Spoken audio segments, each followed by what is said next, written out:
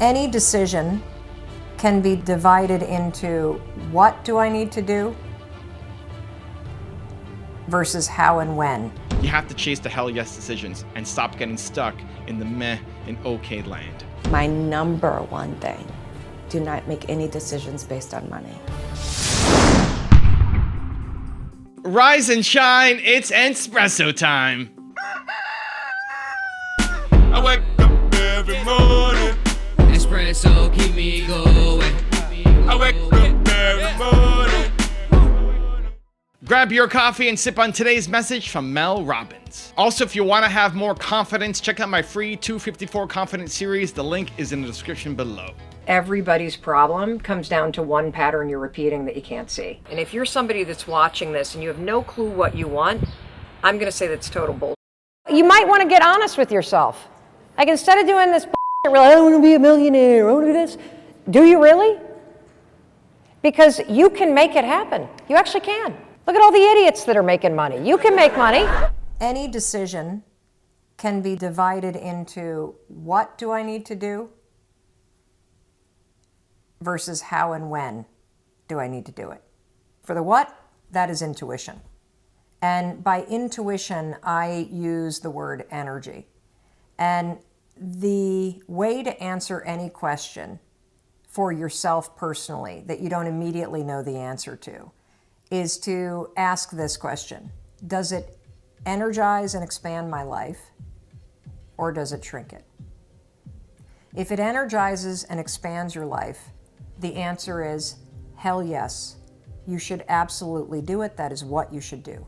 If the decision shrinks you or it deflates you, then the answer is hell no, you should not do it. This is an incredible tool to use in deal making, by the way, because I'm in the middle of negotiating a massive media deal at the moment, and it's something I've always wanted to do. Yeah. And when you're negotiating for something you really want, whether it's somebody that you're dating or it's a salary or whatever, in my case it's a massive media deal, you can get really ego driven, right? Right. And you can start to get very attached to the deal or to the person or to the whatever. But you have to stop and ask yourself, is this deal or this person actually expanding and energizing me? Or are there aspects of it that deplete and shrink me? And if there's any aspect of it that depletes and shrinks, you either have to change that aspect of the deal or the relationship structure, or you have to say no. Period. Right. If you decide that, yeah, it energizes me and I really want to do it, then that's what you want. Next, you've got to think about the outcome, which is how and when you make it happen. Right. The problem with most decisions is that they're just okay. It's not hell yes versus hell no for most of your decisions. Those are the easy ones. If it's hell yes, of course you're gonna do it. If it's hell no, of course you're not gonna do it. For most people, it's the meh versus okay decisions where we get stuck.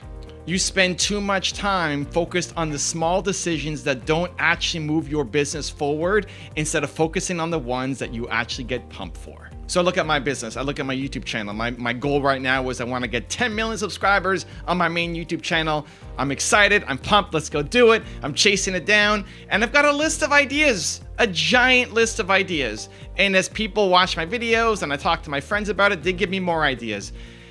And the list just keeps building. Is this something that you can resonate with? That list of ideas just keeps growing and growing and growing. I keep it in Evernote. I don't know where you write down your ideas. The problem is most of those ideas, they could be fantastic strategic ideas that just makes total logical sense to do those things. But I look at them and they're like, yeah, okay, yeah, meh, it's okay, yeah, that's good. We should do that, yeah. If you're not emotionally attached to it, you won't have massive success doing it. It has to be a hell yes.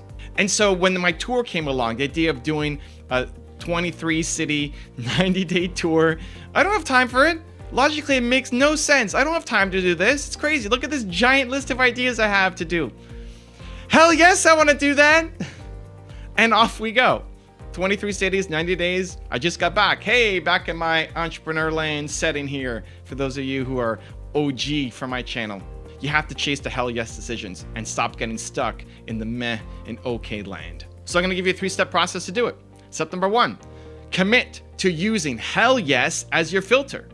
That you want to stop taking on the meh and the okay and the yeah, sure, and like, yeah, we should do that. But if I don't love it, if it's not a hell yes, if it doesn't get you excited, you don't want to do it.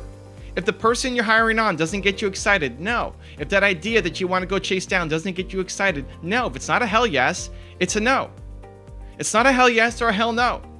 The enemy of hell yes is the meh and okay. Hell yes becomes your filter for all of your important decisions from now on going forward. Step number 2 is audit your current schedule. Now take a look at your calendar. Your success is a series of habits, right? Success isn't just reaching some financial goal. Success is what you consistently do. It's your habits. So show me your habits. Go look at your calendar, pull it up, see what's happening for the next week, and see how many of these things that you're doing, your habits, are hell yes habits. For me, making YouTube videos, hell yes. I'm pumped to make YouTube videos. For me, mentoring my team, hell yes. I'm pumped to go mentor my team. Look at your calendar. How many of the activities are hell yes activities for you? And which ones are just meh and okay? And how can you swap out as many of those and replace them with hell yes actions? And step number 3 is score your list of ideas. Look at your list of ideas. You have this list of ideas that you want to do, these genius ideas that are all waiting for someone to get started on. Which ones actually get you pumped up? Which one is a hell yes kind of idea? And often it's the one that makes the least sense. Practically, it makes the least sense. That's why it's still on that list instead of you actually going off and doing it. Because if it was a hell yes emotionally and it made sense practically, you'd be doing it right now. The problem is it's hell yes emotionally, but it makes no practical sense yet. And so the path through is to take that first 2% just to go off and start doing it. Take one of those ideas that practically doesn't make a lot of sense, but is a hell yes, I can't wait to get started on it, and do something on that idea sometime this week. Now I've got a really special bonus clip that I think you're gonna enjoy, but before that, question of the day, I wanna know, what are you gonna start saying hell yes to? Give me one example, put it down in the comments below. My number 1 thing, do not make any decisions based on money. None. It's the worst way to make a decision, which I know is so hard to say. I mean, I didn't grow up with any money, and I know so many of us our families have a lot at stake. They've put a lot into us, made a lot of sacrifices for us. And you say you don't have the luxury of doing that, but I actually think you do. You will be more successful if you make decisions based upon what is going to feed your soul, make you feel valued, validated, have you waking up in the morning and racing to work, whatever it might be. And I can tell you, after a short amount of time, money will not be enough.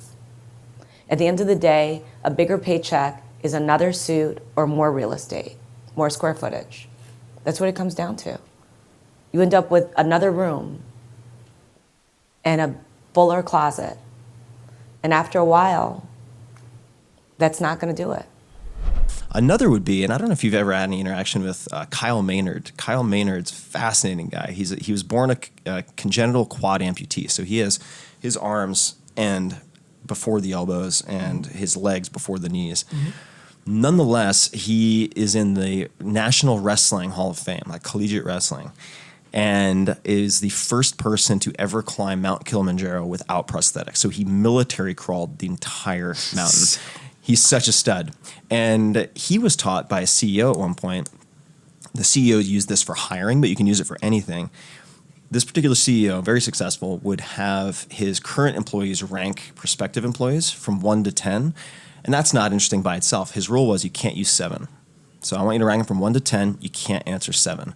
And what ends up being so beautiful about that and leveraged is that 7 is a safe number. It's kind of like the non-offensive Switzerland of answers. It's not committal.